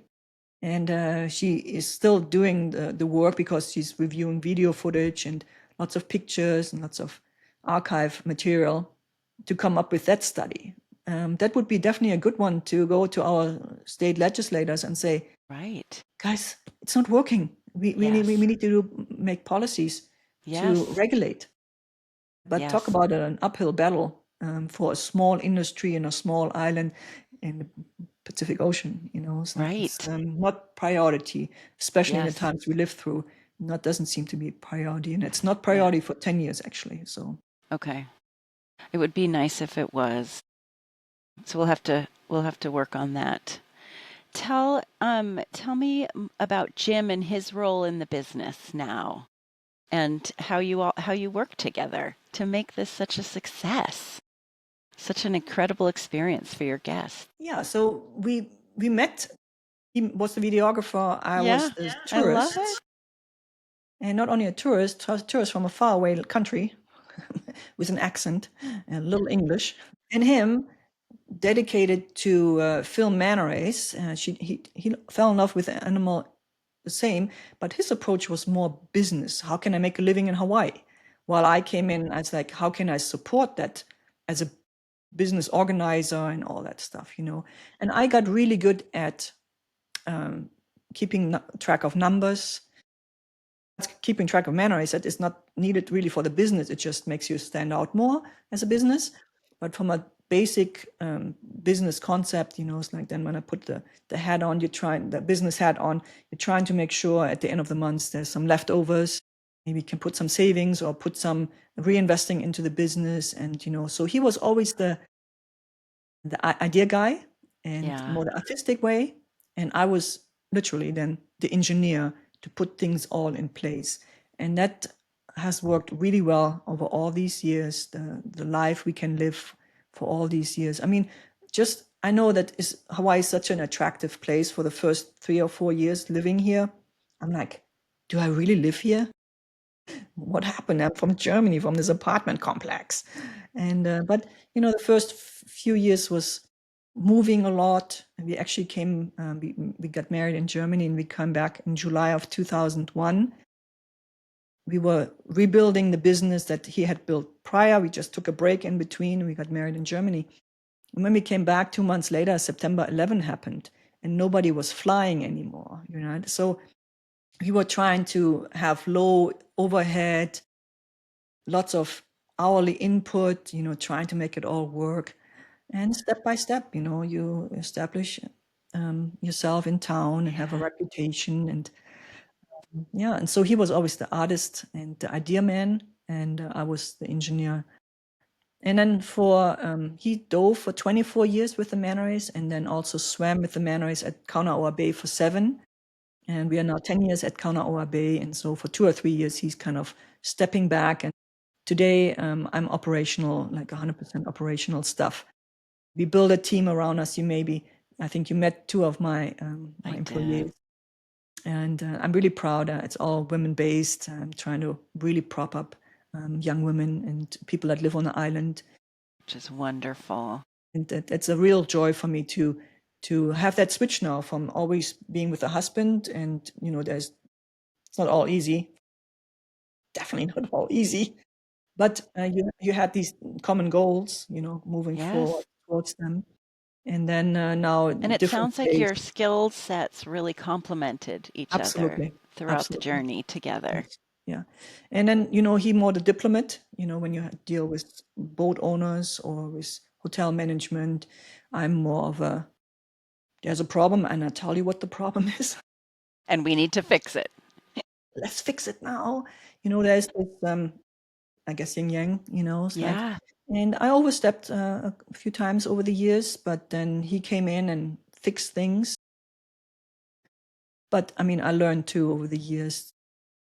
I come from a different culture, and we are straightforward. Germans are usually say what they think, and especially in our business, bottom line is it's a life and death business. If you go on a boat or you go with us, you know, if something goes wrong, you have to speak up, and it's not really an American thing to speak up when you see something. I mean, I wish that would be a cultural shift here in this country, but I come from a country where you see something, you say something. And that really worked well for me in this industry because I saw something wrong. I was a senior after 2 or 3 years. I learned so many things. And then younger people came in. I taught them, I mean, as simple as how to tie up the boat. It was not my responsibility, but stuff just happened. And I stepped in when I saw something could happen to the boat if you don't tie it up correctly. Then I That's stepped right. in. So. That's right. How did you and Jim decide? It's because you met with the scuba like eco tours for mantas, and you did that for so many years. How did you decide that a snorkeling kind of from the beach was going to be how you were going to center your business? Yeah, simply because if you scuba dive 5 nights a week, I mean, it's 5 hours underwater, breathing that air, having a heavy tank on top, Can't full imagine. wetsuits. It's equipment heavy sport. And then when the opportunity opened up and Jim pursued to be at the Yes. hotel, and it's very shallow there. You cannot really scuba dive anyway. Yes. It's 20 Right. feet there. It was kind of almost an easy decision. We only Yes. snorkel. Yeah. And during those years, prior to us starting there, the whole industry had shifted from more divers, only a few snorkelers, to many boat companies started their business and wanted to literally jump on the gravy train of Manta tour business. So a lot of snorkel companies jumped on that train. And so a lot more snorkelers were suddenly at the sites versus the divers. And then for us, it Yes. was a natural Yes. development. Like, yeah, we're going to do scuba and just have less physical strain. Exactly. When was that huge boom in manta ray? Like, when did it really take off? So the first boats that only did snorkel tours from the dolphin industry, we had a really flourishing dolphin swim industry here. And when that took off in 2005, 6, 7, 8, several more dolphin boats showed up, or people built their business around dolphin swims, which was shut down. It was not allowed anymore, maybe 5, 6 years now. But What's because not allowed anymore? dolphins are federal protected, there has always been the 1974 Marine Mammal Act. But the way it was written, you were harassing the dolphins. You're not allowed to, but these dolphin tours were eventually too many boats, too many people. There was harassment, and there was quite the movement against it. So NOAA came in and rewrote that particular part of the 1974 Marine Mammal Act and said no more this kind of business. And so, but during the times where the dolphin swims were flourishing, like 2008, 9, 10, more boats do that, they could see also that the manta industry was flourishing. And so they're like, I can do dolphin swims during the day and I can do manta swims at night. And so that was kind of the spark. And then a really important year was 2012, because that was the year that the Coast Guard and the Department of Land and Natural Resources, so the state agency, called every stakeholder to a meeting. And I said pretty much to everybody, there was like 40, 50 people in the room. And I said, so you guys, you're running all your tours at night. We are really concerned about current reports that are coming in, too many boats, too many people. You have to get organized. And the end of that meeting was kind of like the best way forward is get organized as an industry with guidelines called operator standards. And based on that, we developed then those standards. Was 3 months of meetings every week, and a really good document was developed how to do a proper manta ray swim for the participants, for the guides, for the captains. You can look it up. The only problem here was that folks left that room where we as industry stakeholders all agreed on something. They said, I don't really care. It's a gentleman agreement. I guess I'm not a gentleman. That was the attitude.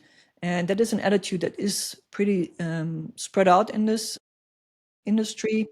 It's my customers more important, which is so contra to the concept of the manta ray swim is we need to work together, to have the Yes. lights together, have the mantas together so everybody sees something. Yes. And out of these too many people, too many boats, there was a lot of stretching out of the site. If you maybe only have one manta at the site, it could be 100 feet away from you, while maybe people look at the campfire where divers sit. It's like you paid a lot of money to be there and you didn't see the manta ray because it was 100 yards away with another boat.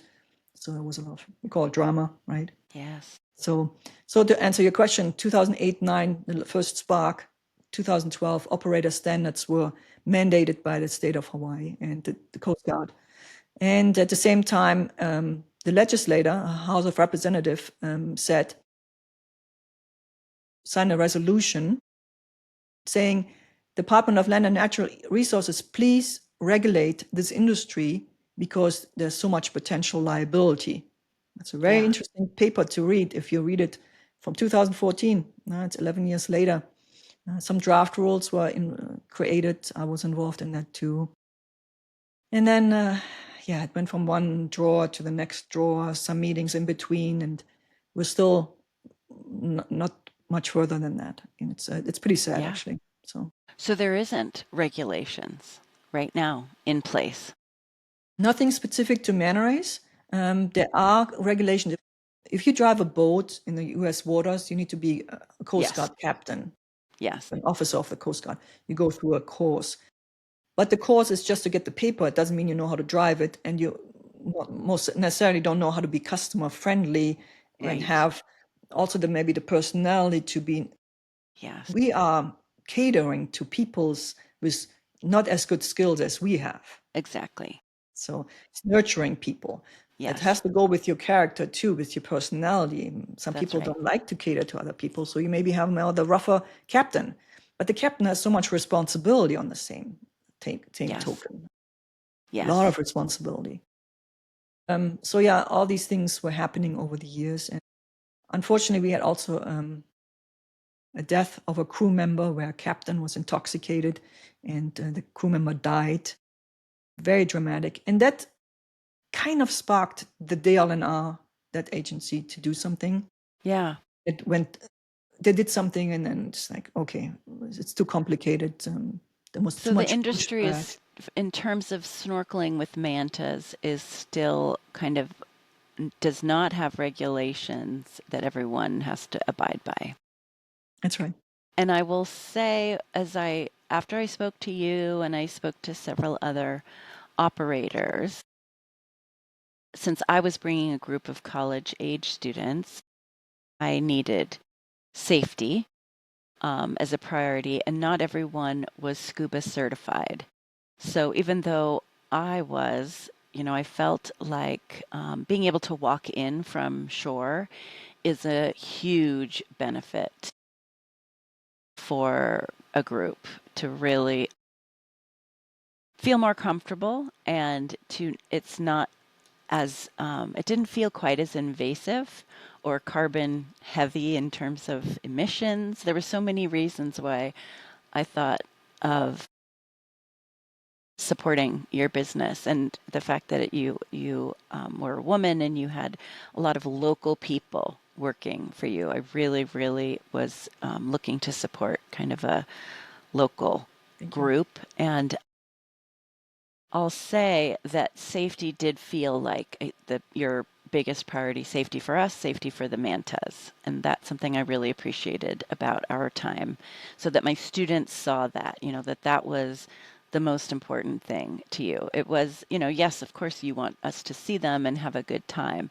but it was very much about the animals and keeping them safe and unharmed, and not affecting their behavior in any way as well. So allowing them to do what they were choosing to do when they were choosing to swoop in and swoop out, and making sure we were floating, we were comfortable, checking in on us, and that we were sticking together so that the mantas felt like they had more room. And it was fairly shallow that evening that we went. I don't think the bottom was more than 20 feet down. And so for some of those bigger mantas, they would get very close to the bottom and very close to us. And just making sure that, your hands were kind of behind your back and that you were really just floating there it was wonderful instruction that you gave us as well about how to keep the animals safe. And I think your small group, the fact that the groups were so small was also a huge piece in making me feel like, because I don't tend to like to do eco tours that feel at all like it's affecting the behavior or the trajectory of an animal in any way. And I really appreciate that about your business. It really, Manta Ray Advocates really felt like that was your priority as well, which was lovely. Really Yeah. important. When we came up with this name, that's maybe in 2012, 13, it really had to do with, I was an advocate back then, but the corporation had a different name. So I did it's called doing business as, like a trademark name. It was really important to me that I don't only have a company name, I live it. And I was living it up to that until I put in that trade name and also make that clear to my guests. I always jokingly say, manners are really important to me, and you guys are right behind it. But let's speak for the animal. Yeah. That's a tricky part here. With our species, we have developed so much, we created so much on this planet already, but we haven't Yeah. figured out how to see that there are other creatures on this planet that have as much of a right to live their life as Yes. we are, right? Yeah. And I think that is so impactful on this Manta experience.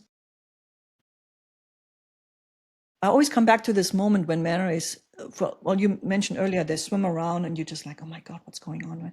And then they do this flip underneath you, right? They're gonna come really close to you. And then you know what they really show you? And I think that's really, for comprehension, they show their most vulnerable side to you. Yeah. An animal trusts the humans, not that they know what a human is, right? But for us, our perspective, they show their most vulnerable side. If you wanted to kill the manneris in that position, you could easily do that, right? But they trust you that you don't interfere with them. And that's why I think this activity has so much impact on people, with the ultimate Yeah. goal that I have: make meaningful change from that magic you experience. And I think it's really an experience. It really touches your heart, so Absolutely. yeah. Absolutely. I mean, of course, for me, it's just I want to be you. I want to be in the water with them, 5 days a week.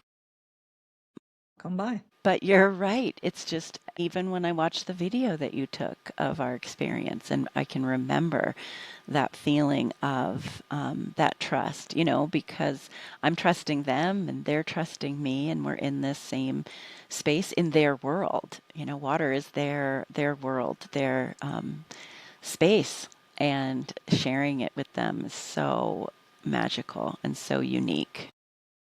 I am curious if you feel concerned about the industry affecting the mantas that you love so much, or do you feel like for now it's in a pretty good place? No, we need to be regulated. When I get a call and someone says, I don't know how to swim, can I come? And I say no, I know they find another place somewhere else. And then Yeah.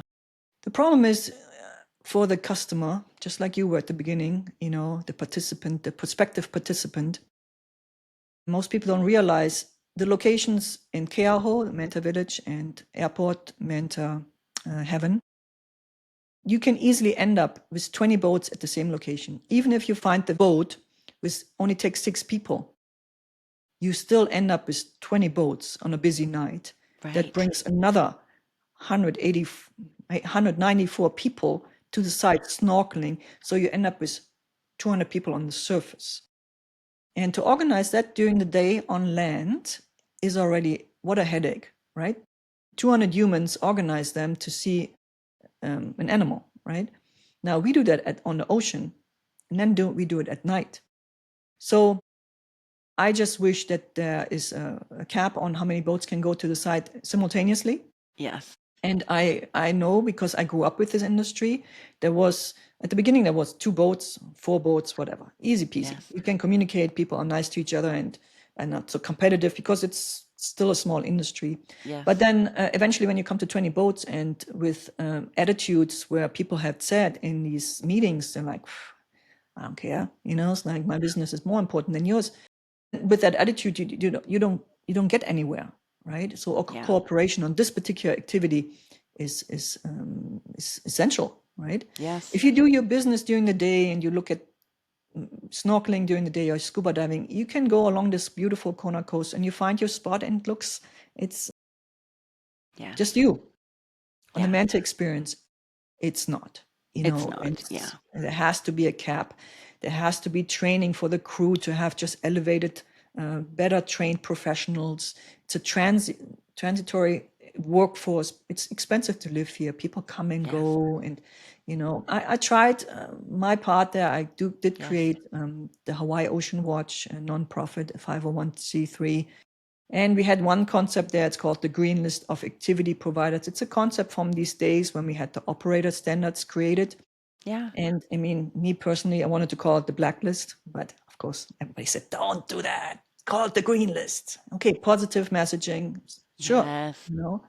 And I kept that up for several years, but because I was not at the sites anymore, I couldn't really look behind the scenes of the sites Right. so much. So I switched it eventually from the green list of activity providers to the 5 questions you should ask your Yes. operator to get a little bit of a feel how they operate. Yes. And Yes. it's all safety aspects of that. We Yes. can make a link in the show notes to that questionnaire. Great. But the green list was definitely about the customer learning that it's a big jungle of operators here, get a little bit of an idea who's more on the good side or they're not intentionally detrimental to the sites, to the Yes. manta rays, Yes. and elevate everybody. I like Yes. that concept of high tide floats all boats, the Yes. I saying, love that. you know. And Now this particular, that's really important. And you were going to finish, say what you were going to say. no, that particular activity thrives on cooperation. Yes, The high absolutely. tide floats the boats, literally, Absolutely. Literally. literally. What about manta behavior? Has that been documented to change with these, 200 people in the water at the same time with the mantas? You still have the Keaho and airport location have still really good sighting successes with also big drops. So there could be 30 manta rays at airport, and then a week later or 5 days later is 0 mantas because the plankton is not strong enough to draw Yes. them in. So maybe you would see 1 manta ray on that night 5 days Yeah. later. So there's these up and downs. I can say that about the airport. Keaho, there's almost no reports. Right. I want participants to experience the magic of manta rays. I want that because I will have also an episode with a guest. Her name is Joy, and Joy is a psychologist. She said to me a few years ago, she had repeatedly come to my tour, and then the last time it was 2 years ago. She said the manta rays have a superpower, and the superpower is pushing trauma forward. And that what happened to me. The trauma that I was experiencing back then of being a young widow and not knowing where my life goes or what's happening next. The manta rays give me that little glimmer of light, right? I'm like, oh. And then it's these beautiful creatures. Again, this vulnerability that they show to you, the whole adventure that goes with it, right? Yes. So I do want people to experience the manta rays, but it can only be on a sustainable level, and Yes. that's what's happening in the manta industry, unfortunately. On Yes. these 2 locations, it's just too many people and too many interests, money Yes. interests. Yes. So it's very important to choose wisely the operator that you go with and that they are prioritizing our beautiful mantas. I will say they are transformative. I think their size, I think their amazing body structure, just the fact that it almost does, I mean, it looks like they have wings, right? That they're flying through the water. I even felt the way you described where there was a just a raw beauty that they possess that you want to be around, that kind of strength as well, that strength they have in their motion in the ocean and how they can just with one flip be completely gone into the darkness. And there's a grace when they move that, you just are mesmerized by their subtleties and unfolding and folding their feeding apparatus, that fancy word, Cephalic fins. cephalic Cephalic. fins. CEPHAL. Okay. their cephalic fins and watching them open and close up, where they end up looking like different creatures almost with them moving. Yeah. Yeah. And it's definitely like your love for them shines through when you go, when you take people out. Like you can feel how much you love them. And I think that's also it helps with that transformational feeling of this is, something that's going to stay with me forever. These are just, and sometimes at night when I can't sleep, I'll think of the mantas in, off the Kona coast, and I'll think, oh, it's okay, this paper that I have to write or the lecture I have to write, like it will come, it will pass, and just like the mantas are out there swimming, looking for their next phytoplankton patch, I can do this. I can do this. Yeah, Keep going it's forward. yeah, it's a way forward, and I think it's they're a species that definitely brings people together because the magic you feel in their presence is awe-inspiring. Yep. Yep. Yeah. Thank you. Awesome. This was a fantastic conversation. Thank you so much, Thank Dawn, to you. Thank you poke me so. on certain questions, things I haven't thought about, but it is love to talk about manta rays. And if anybody has more questions, you can absolutely put them into the comment section, and I will get to them. We're building up, I think, a podcast that has a uniqueness, because my intention for my work is to create meaningful change after you see the manta rays. And what I see with Dawn, she's done already so many things for the environment. That's why we clicked, I believe. I'm always in 30 years, I'm trying to teach about the environment. And that's what you do in a university setup, and all the work you've done. So we will see Dawn again. Just we're going to Yes. reverse Yes. the position, and we will learn more about her work and how she makes meaningful change to get our species to a better place, and with that, the planet to a better place. Yes. Thank you so much, Martina, for your time. Thank you for your passion. Thank you for sharing it with all of us and all the guests who have come with you. Thank you. And thanks to Jim, too. Yeah, Thank you for starting this I agree. business and being so incredibly mindful of the beautiful mantas that you steward and that you take care of and that you know so much about. Part of your family. And thank you so much, Great. Dawn, and talk soon. Okay. Bye. Bye.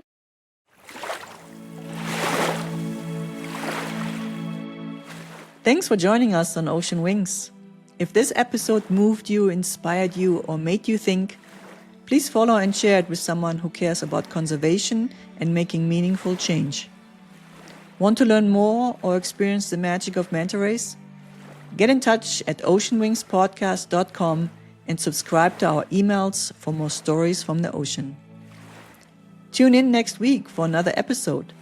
Until then, keep swimming with purpose. Aloha.